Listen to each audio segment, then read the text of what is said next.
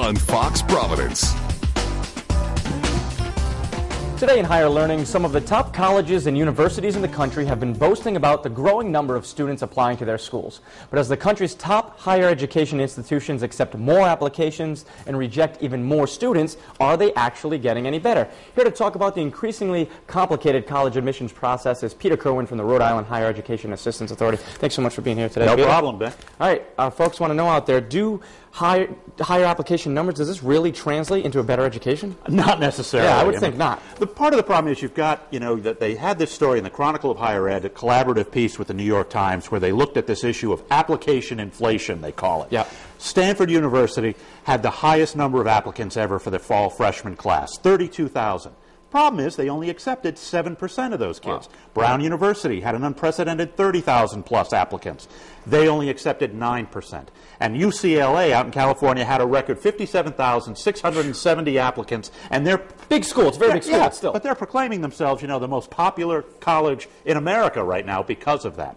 And that's just, what's happening is you've got this inflation. You've got so many students being accepted, applying, but the acceptance rate isn't going up any higher. I mean, that's going down. And the problem is that students, you've got some people, there was an admissions officer they talked to for this story who basically said, I can't build a better class out of a pool of 30,000 than 15,000. All I end up doing is rejecting the same kind of kid several times, and that's the real problem here. What did they use? Do we know numbers of applications they used to accept, say 5, 10 years ago? It used to be much smaller. Okay, I mean, even so it was nowhere near, say, Brown wasn't taking 30,000 students. Exactly.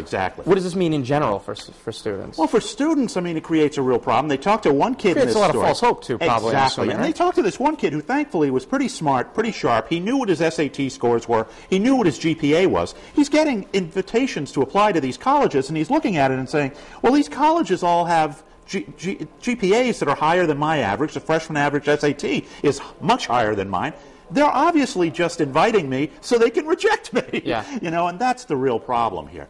It's forcing students to apply to a lot more schools, spend a lot more money, spend a lot more time, so that when the game of musical chairs ends, they have a seat somewhere in one of those freshman classes. Well, we were just talking about that. I mean, nowadays they're $40, $50, $60, sometimes $70 to apply to schools, and now if you're sending them out to 10 schools, that's a pretty big chunk of change. Exactly, and the thing is, you need to have a really realistic sense of, are these schools in my wheelhouse? Can I, have a realistic shot of getting into these schools? Because if they're rejecting 90% at, Brown or 93% at Stanford, there's some kids being left on the editing room floor there who are pretty good. I remember when I was applying, they said always have a couple of reach schools, maybe, who knows, these are, dream schools, and obviously a couple of, safer schools. Exactly, and that's the trick to have. I mean, places that, aren't going to be disappointments for you, but that are a little more realistic for you, that have the kinds of programs that are in your, that meet your interests, meet your needs. I mean, it's just a matter of understanding that it's a really tough game of numbers out there, and that even quality students are not going to get into some of these top